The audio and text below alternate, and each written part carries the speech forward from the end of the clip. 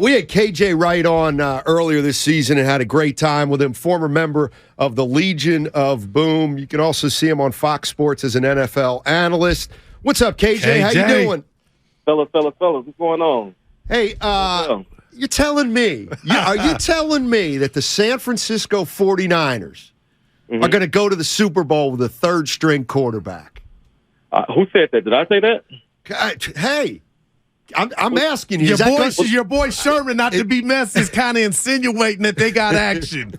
I mean, Sherman is not crazy. I believe in his first performance, first of all, his surrounding cast is Super Bowl caliber. Let's get that understood. He has a Super Bowl caliber run game. He has a Super Bowl caliber play caller and a Super Bowl caliber defense. All he has to do is hand the ball off 40 times and just throw to where Coach Shanahan tells you to throw the ball to. So this team is scary. I hate that they're coming into town tonight when we're trying to get into the playoffs, but they literally have all the pieces to make it happen. We've seen backup quarterbacks step up and make it happen and just get the team to the Super Bowl and just manage the game, just come out with the dub. So let me ask you, let me ask you this, KJ. Would you, if you had to pick one team in the NFC, who's getting to the Super Bowl right now, if you had to? I hope they don't make it because I cannot stand them, but the Dallas Cowboys, there's something about that team. They just feel like it's like that. They got the confidence. Dak Prescott is hearing the noise. He's holding the Cowboys back. He's not a franchise quarterback. I know he's hearing that noise. They got a two-headed monster with Zeke and Pollard.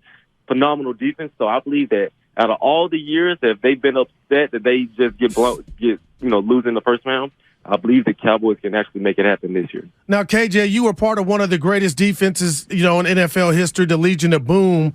How would you guys play? Because I hear you talking about Brock Purdy, but how would you try to attack a guy that was the last pick of the draft, Mr. Irrelevant? He's got off to a good start, but how would you attack him? I mean, it'll be kind of easy for us. I mean, we played against the best quarterbacks in the world and held them to 8 points. And sometimes a goose egg, so it'll be kind of easy for us. But how we would attack them is, first of all, we'll stop the run. No, sir, you guys are not about to run the ball. We'll load up the box. Christian McCaffrey, you are not about to have a field day on us today.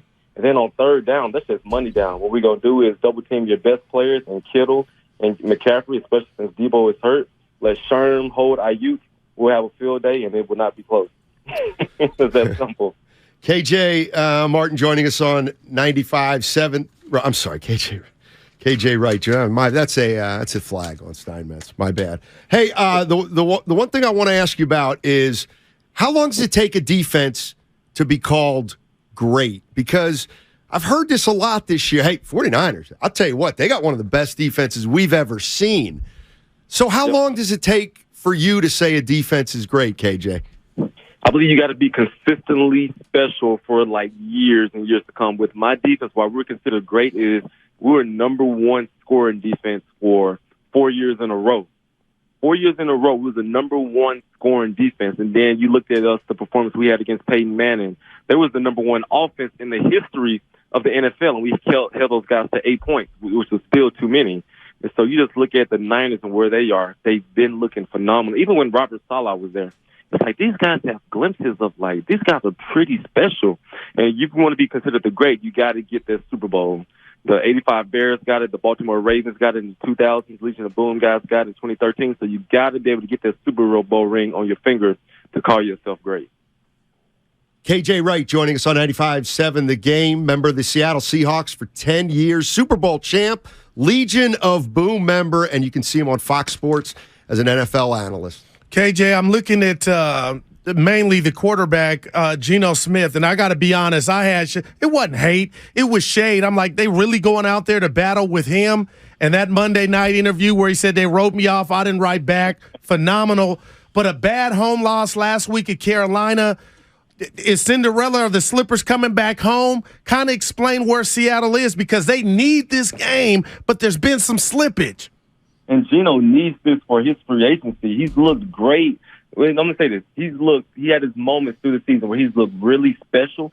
Then he has these blunders like last week where he comes out through an interception the first play of the game and lose to the Carolina Panthers when you really need that big-time win. And so I believe when you look at Geno, he's shown that he has earned himself an extension, a new contract. But as you guys know, this is a what have you done for me lately business. I need Geno to finish these last 4 games. make the right decisions, get the ball to DK and Tyler, and just really play complementary football with your defense. And so he got to finish strong because, as you guys know, it's like, what have you done for me lately? I need Geno to finish better so they can give this man this $20+ million that he's looking for. KJ, does it mean anything to the Seattle defense that Deebo Samuel won't be playing? Absolutely. That's when you look at that guy, they do so much with him, and that just takes a lot of pressure and a lot of stress off of the defensive coordinator. You just look at him, he's someone they put in the backfield. He's someone that on third down, he's the go-to guy. And so, when Deebo is out, that the focus now goes to number 85 and number 22 that's in the backfield. Those are the two guys. If you can slow those two guys down, don't sleep on Ayuk either, but you got to slow those two guys down because Purdy's going to use that check down. Purdy's going to try to use McCaffrey to isolate on the linebackers, and so you got to find a way to focus in on those two guys to have yourself a really good chance to win this ball game. Let me ask you this, KJ. Do you see any similarities between Russell Wilson or young Russell Wilson and Brock Purdy? Absolutely not. Let's stop that. No. How about Tom Brady? We're not going to go that far. How about Tom Brady? It's out there, KJ. I cannot judge a man off of one football game.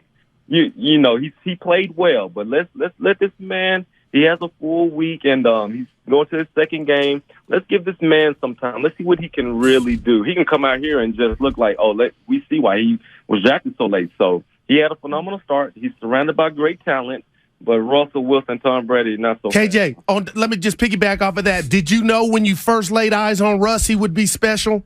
Ooh, I did. I can't lie. You did. I saw Russ in OTAs, and wow, you're older than Russ. I'm like, this man, he got the it factor. He had the it factor. He was a pro when he came in the building, just getting guys lined up and just commanding the huddle. I was like, okay, this dude gonna be special. Then he took Matt Flynn's job, thankfully, and got 12 wins as a rookie. He had an impressive start. And obviously, he had a Hall of Fame career. Yeah, sounds a little like Brock Purdy. Hey, we'll see. Yeah, no doubt. What was he? I wanted to ask. Oh, I know. So I'm down here in the Bay Area, and let's say I'm just a casual fan, and I know Russell Wilson was up in Seattle, and now he's in Denver. Mm-hmm. To a casual fan, like why is he badmouthed so much? It feels like by the guys who used to play with him. Like what's up with that? Yeah, I love Russ. And one thing that I told him, I said, man, you're a phenomenal football player, phenomenal businessman.